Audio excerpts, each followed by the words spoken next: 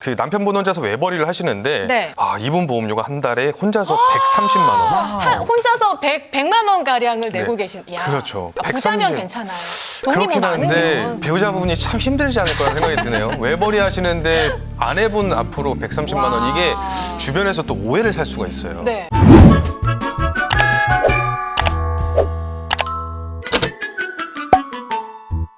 가정주부세요. 근데 이제 그 남편분 혼자서 외벌이를 하시는데 네. 이분 보험료가 한 달에 혼자서 130만 원. 혼자서 100만 원 가량을 내고 네. 계신. 야. 그렇죠. 부자면 130. 괜찮아요. 돈이 뭐 그렇긴 한데 많으면. 배우자분이 참 힘들지 않을 거라 생각이 드네요. 외벌이 하시는데 아내분 앞으로 130만 원, 이게 주변에서 또 오해를 살 수가 있어요. 네. 왜 아내 앞으로 130만 원이야 보험? 어머. 이거 뭔가 아하, 냄새 나는데 이럴 뉴스에 수도 나올 있거든요. 수 그렇죠. 있는. 아하. 근데 이제 보험료를 많이 내시는데 일단은 전체적으로 공통점은 만기가 다 짧아요. 만기 짧고 첫 번째 S생명 건강보험, 이거 납입 완료됐고요. 완료. 네, 단점은 이제 80세 만기지만 그래도 납입이 완료된 걸 굳이 그쵸. 해약할 필요는 없겠죠. 네. 그래서 요거는 그대로 살리고. 유지하시는 걸로 권유해드렸습니다. 네, 다음으로 D화재 건강보험 10만 원가량 납부 중이신 게 있어요.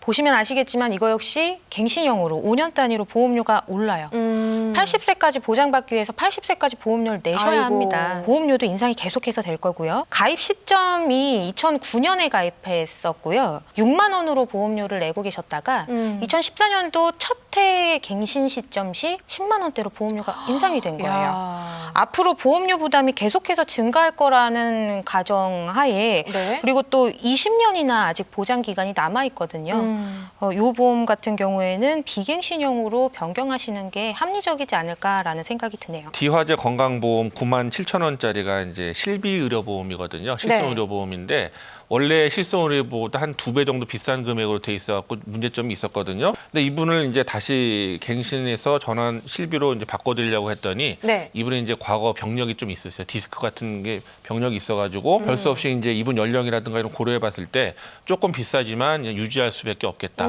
옛날에 가입했기 때문에 조금 그 자기 부담금이 좀 적은 부분도 있거든요. 네. 그리고 이제 D화재 간병보험 또 92,000원짜리가 있는데 요거는 장기 요양 판정을 받게 되면 2천만 원을 보장해주는 보험인데 이미 납입을 6년 정도 하셔가지고 앞으로 4년만 더 납부하시면은 100세까지 간병 보장을 받으실 수가 있어요. 네. 이 부분 같은 경우에는 이제 얼마 남지 않기 때문에 그냥 유지하시는 걸로 이렇게 알려드렸습니다. 자, 다음으로는 S생명 안보험이 있습니다. 5만 원가량 납부하는데요. 뭐 이것도 크게 두 가지 문제점으로 보여집니다. 여전히 갱신형이 문제였고요. 그다음에 이 보장의 범위도 문제였습니다. 이 생명보험사는 보통 이제 암에 대한 보장 범위를 일반암에서 남녀 생식기암, 유방암에 대해서는 가입 금액의 소액을 지급해 주는 걸로 되어 있습니다. 그래서 갱신형이 문제점, 보장 범위가 문제점. 그래서 요거는 정리하라고 권유해드렸습니다. 네, S생명의 변액종신보험이 있죠. 네.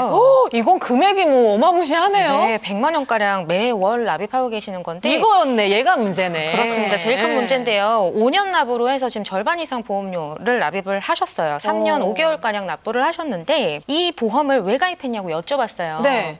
이게 수익률이 10%가 날 거라는 설명을 듣고 가입을 하셨던 아하. 저축보험으로 잘못 가입하셨는데 엄연히 종신보험입니다. 보장성 보험으로 가입하시는 목적이 아니라고 한다면 맞지 않게 가입을 하셨던 상품인데 요 아드님께서 계셔서 사망보험금은 그래도 좀 남겨주고 싶다라고 하셨거든요.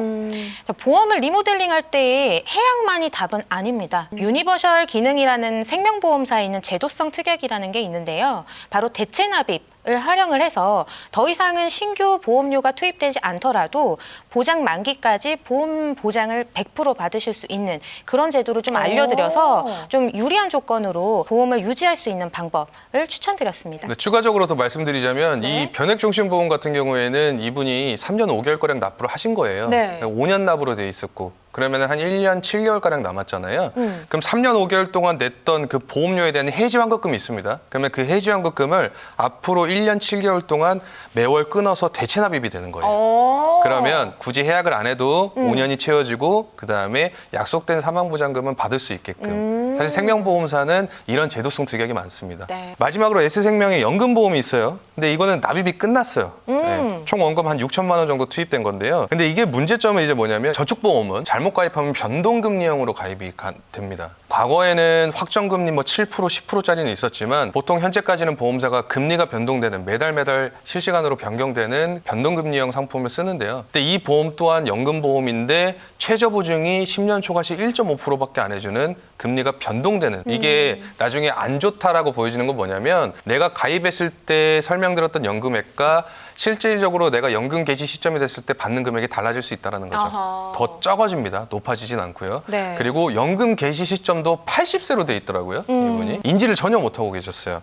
그래서 납입이 완료됐다고 해서 무조건 냅두시는 것보다 연금보험은 납입이 완료된 게 있어도 전략만 잘 짜시면요, 굳이 추가로 비용을 더 안 들여도 연금액을 높이는 방법이 있는데, 이거는 리모델링 후에 저희가 설명을 드릴 때 추가적으로 더 세부적으로 말씀드리겠습니다. 자, 결과 확인해 볼까요? 네, 우선 기존에 납입이 완료되었던 S생명 건강보험은 그대로 유지하도록 해드렸고요. 그리고 D화재 건강보험의 경우는 실손의료비 보장이잖아요. 그래서 아까도 말씀드린 대로 전환 실비가 좀 어렵기 때문에 네. 그대로 유지하시면서 납입하도록 했고요. 또 S생명의 종신보험의 경우에는 아까 말씀드린 대로 유니버셜 기능을 활용해서 대체 납입으로 전환을 해서 향후 보험료 납입 없이 기존의 보장 그대로 가져갈 수 있도록 유지하게끔 해드렸습니다. 부족했던 부분이 있었는데 진단비에 대한 보장이잖아요. 네.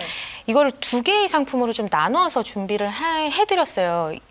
일부러 그렇게 하고 싶어서 했다기보다는 가입자의 연령이 증가함에 따라서 원하는 보장을 가입을 하려고 한다면 네. 한 회사에 다 가입이 안 되는 경우가 있어요.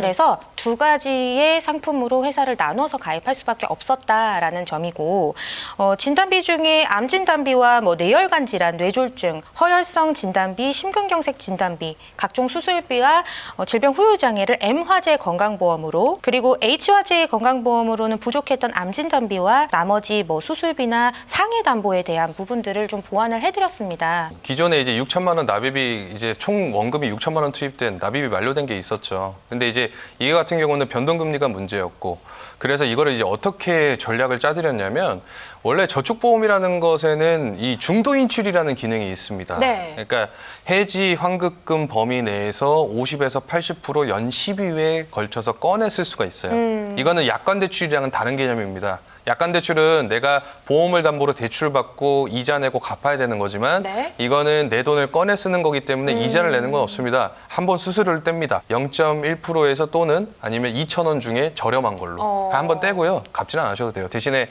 이 저축한 금액에서 내가 받기로 한 금액이 있으면 중도인출 받았으면 좀 감액이 되겠죠. 네. 중도인출 가능액이 4,500까지 가능하더라고요. 그래서 4,500을 중도인출을 받으셔서 나머지 1,500은 남겨놓고 4,500을 최저보증을 높게 4에서 5%를 해주는 확정형으로 보증해주는 연금보험에다가 거치를 하게끔 도움을 드렸어요. 그러면 이게 그냥 6천만 원을 그대로 가져가는 것보다 이렇게 1,500, 4,500 나눠서 이렇게 가져가시면 나중에 월 받는 연금액이 최소 15만 원은 더 많이 받더라고요. 그래서 그런 전략으로 리모델링을 해드렸습니다.